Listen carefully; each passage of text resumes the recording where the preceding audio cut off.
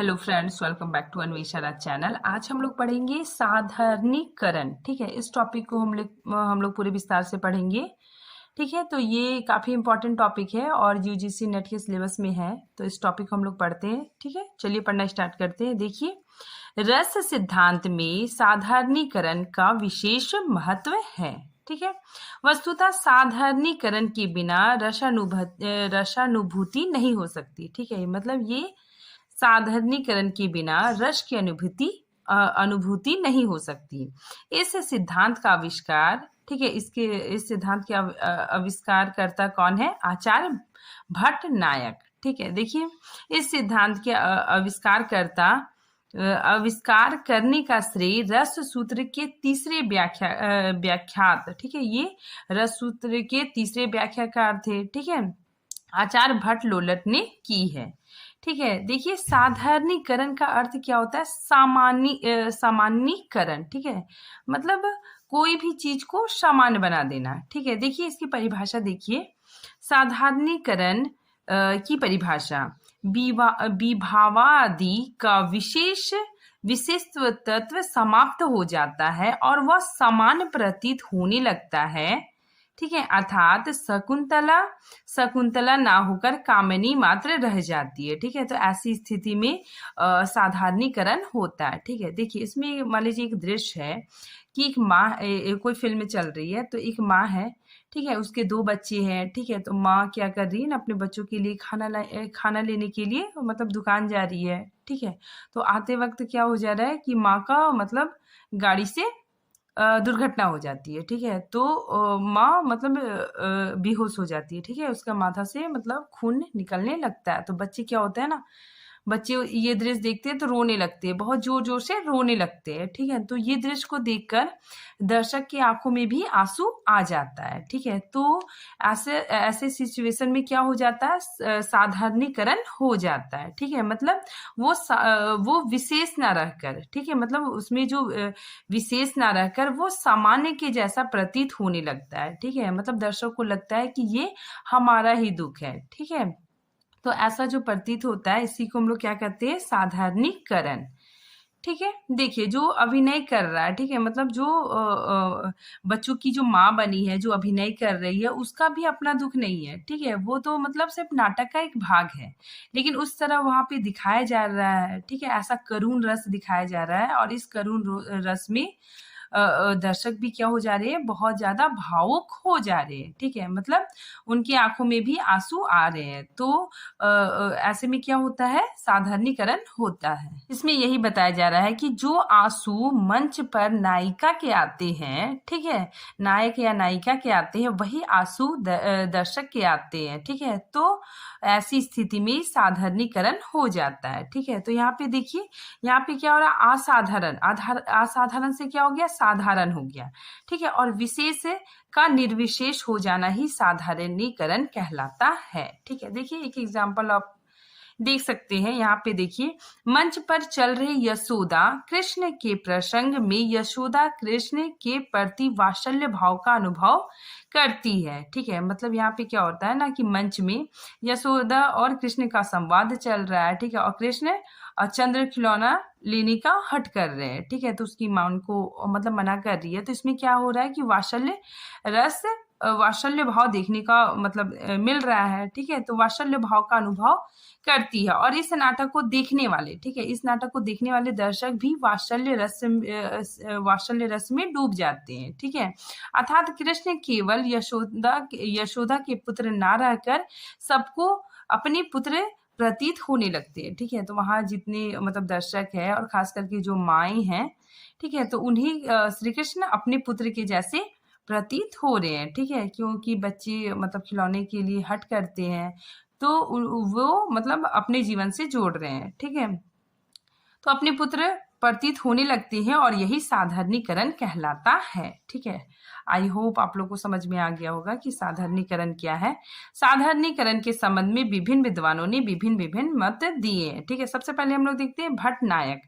ठीक है, इन्होंने ही सर्वप्रथम साधारणीकरण का खोज किया था। ठीक है, इन्होंने ही सिद्धांत दिया था। यहाँ पे देखिए आचार्य भट्टनायक ने भावकत्व को साधारणीकरण माना है। ठीक है, काफी इंपॉर्टेंट है, यहाँ पूछा जाता है क्वेश्चन कि भट्टनायक ने क्या साधारणीकरण माना है, तो भावकत्व को साधारणीकरण माना है उनके अनुसार। यहाँ पे देखिए भट्टनायक जी कहते हैं कि भावकत्व साधारणीकरणम तेन ही व्यापारेण विभावदय अस्थायी च साधारणी क्रियन्ते। ठीक है, ये किसने कहा है, भट्टनायक ने। ठीक है, अर्थात भावकत्व ही साधारणीकरण है। ठीक है, भावकत्व मतलब जिसमें विभाव और अस्थायी भाव हो। ठीक है, अब देखिए विभावा आदि, ये बहुत बार आता है, तो विभावा आदि मतलब क्या होता है, विभाव, अनुभाव और संचारी भाव। ठीक है, संचारी भाव और सारे जितने सारे भाव आते हैं उसी को विभावादि कहा जाता है। ठीक है, देखिए यहाँ पे इसका मीनिंग है अर्थात भावकत्व साधारणीकरण है। ठीक है, ये काफी इंपॉर्टेंट है। भट्टनायक ने क्या कहा है कि भावकत्व ही साधारणीकरण है। इस व्यापार से विभावादि और अस्थायी भावों का साधारणीकरण होता है। ठीक है, आगे देखिए विभावादि का अपने और पराये के बंधन से मुक्त होना ही साधारणीकरण कहलाता है। ठीक है, मतलब जो दर्शक होता है वो देखता है तो वो अपने दुखों को भूल जाता है। ठीक है, तो अपने पराये के बंधन से मुक्त हो जाना ही क्या कहलाता है, साधारणीकरण कहलाता है। ठीक है, आगे देखिए भावकत्व ही साधारणीकरण है। इस व्यापार से विभावादि और अस्थायी भावों का साधारणीकरण हो जाता है। ठीक है, आगे देखिए साधारणीकरण से पहले दर्शक दुष्यंत, शकुंतला, रामादि, ठीक है, राम सीता आदि को व्यक्ति विशेष के रूप में ग्रहण करता है। ठीक है, मतलब जब नाटक प्रारंभ होता है तो वो मतलब शकुंतला का हो गया, शकुंतला, दुष्यंत और राम सीता के मतलब को देखकर वो सोचता है कि ये जो राम सीता है, शकुंतला है, ये क्या है, एकदम विशेष व्यक्ति के रूप में उसको ग्रहण करता है। ठीक है, विशेष व्यक्ति समझता है, किंतु साधारणीकरण के पश्चात, ठीक है, लेकिन वो मतलब राम सीता के दुख से वो मतलब व्याकुल हो जाता है उसका मन। ठीक है, जैसे राम जी है, जब सीता को रावण उठा के ले जाता है तो राम जी क्या होते हैं, बहुत व्याकुल होके इधर उधर ढूंढने लगते हैं। ठीक है, सीता को, तो दर्शकगण भी क्या हो जाते हैं, वो भी व्याकुल हो जाते हैं। ठीक है, तो उसी को बताया जा रहा है, व्याकुल हो जाते हैं मतलब दर्शक भी परेशान हो जाते हैं। तो ऐसी स्थिति में साधारणीकरण हो जाता है। ठीक है, तो इसमें यही बताया जा रहा है कि व्यक्ति विशेष के रूप में ग्रहण करता है। ठीक है, स्टार्टिंग में तो व्यक्ति विशेष के रूप में ग्रहण करता है, किंतु साधारणीकरण के पश्चात, ठीक है, मतलब वह उनके दुख को अपने दुख से जोड़ता है, उसके पश्चात इनका विशेष तत्व समाप्त हो जाता है तथा सामान्य प्रतीत होने लगता है। ठीक है, तो दर्शक को कैसा प्रतीत होने लगता है, सामान्य प्रतीत होने लगता है। ऐसी स्थिति में साधारणीकरण हो जाता है। ठीक है, आगे देखिए भट्टनायक शब्द रूप काव्य के 3 व्यापार माने जाते हैं। ठीक है, काव्य के कितने प्रकार माने जाते हैं, 3 प्रकार।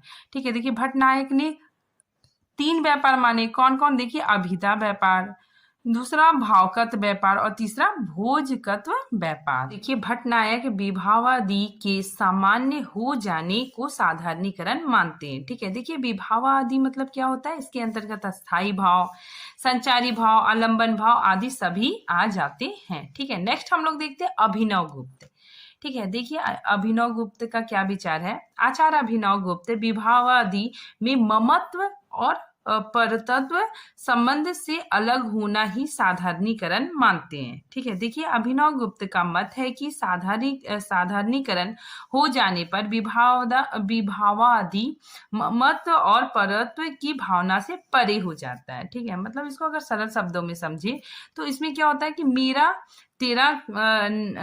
तेरा का भाव ना होना ही क्या होता है, साधारणीकरण होता है। ठीक है, तो मेरा तेरा ना होना ही साधारणीकरण है और सबका एक हो जाना ही साधारणीकरण है। ये किसने माना है, अभिनव गुप्त ने। तो अभिनव गुप्त में मतलब मेरा तेरा ये सब भाव नहीं होता है। ठीक है, मतलब दर्शक अपने आप को उसमें एकदम खोया हुआ, मतलब अपने आप को उसमें जुड़ा हुआ मानता है। ठीक है, तो ऐसी स्थिति में क्या हो जाता है, साधारणीकरण होता है। ठीक है, देखिए अभिनव गुप्त के अनुसार साधारणीकरण के 2 स्तर है। ठीक है, तो इन्होंने 2 स्तर माना है। कौन कौन? पहले स्तर पर विभाव आदि का व्यक्ति विशेष, ठीक है, उसका व्यक्ति विशेष संबंध टूट जाता है, मतलब जो दर्शक होता है वो अपनी परेशानियों को भूल जाता है। ठीक है, तो व्यक्ति विशेष से संबंध टूट जाता है। और दूसरे स्तर पर सामाजिक, ठीक है, सामाजिक दर्शक भी जो समाज में हो रहे, मतलब समाज से भी वो मतलब अलग हो जाता है। ठीक है, तो सामाजिक का व्यक्तित्व बंधन नष्ट हो जाता है। ठीक है, मतलब समाज में उसका क्या ये है, तो वो उससे भी मतलब उससे भी उसका बंधन नष्ट हो जाता है। ठीक है, तो अभिनव गुप्त ने 2 स्तर माने हैं। ठीक है, अब हम लोग देखते हैं आचार्य विश्वनाथ। ठीक है, आचार्य विश्वनाथ क्या कहते हैं, देखिए, परस्त न परस्त्यति ममेति न ममेति च तद स्वादे विभादे परिच्छेदे न विधीयन्ते। ठीक है, मतलब अर्थात विभावादि का अपने पराये की भावना से मुक्त हो जाना। ठीक है, तो आचार्य विश्वनाथ क्या कहते हैं कि अपने पराये, ठीक है, मतलब अपने पराये की भावना से मुक्त होना ही क्या कहलाता है, साधारणीकरण कहलाता है।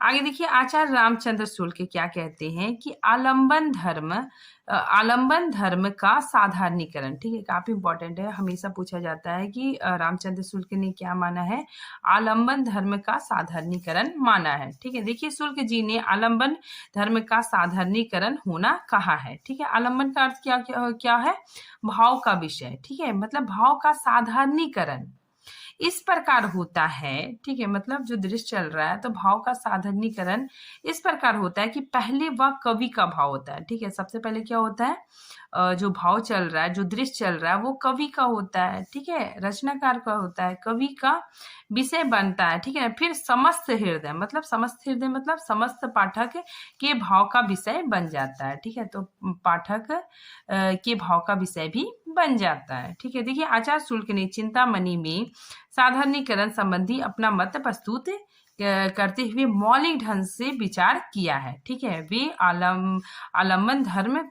का साधारणीकरण मानते हैं। ठीक है, तो ये काफी इंपॉर्टेंट है, शुक्ल जी किसे मानते हैं, तो आलंबन धर्म को साधारणीकरण मानते हैं। ठीक है, देखिए शुक्ल जी ने 2 प्रकार के रसानुभूति बताए, पहला क्या, उत्तम कोटि, और दूसरा मध्यम कोटि। ठीक है, अब देखिए उत्तम कोटि क्या होता है कि जब उत्तम कोटि की रसानुभूति होती है, तो उसमें श्रोतागण, ठीक है, दर्शक उस कथा भाव, ठीक है, उस कथा के अंदर खो जाते हैं। ठीक है, तो उस कथा के अंदर दर्शक क्या होते हैं, खो जाते हैं, वे अपने आप का भाव, ठीक है, उपस्थिति सब भूल जाते हैं। ठीक है, मतलब वे अपने आप को भूल जाते हैं। ठीक है, अपनी उपस्थिति मतलब सब कुछ भूल जाते हैं और कथा में खो जाते हैं। ठीक है, वे पूर्ण रूपेण उस कथा में खो जाते हैं। ठीक है, वहाँ जो रसानुभूति होती है वो उत्तम कोटि की रसानुभूति मानी जाती है।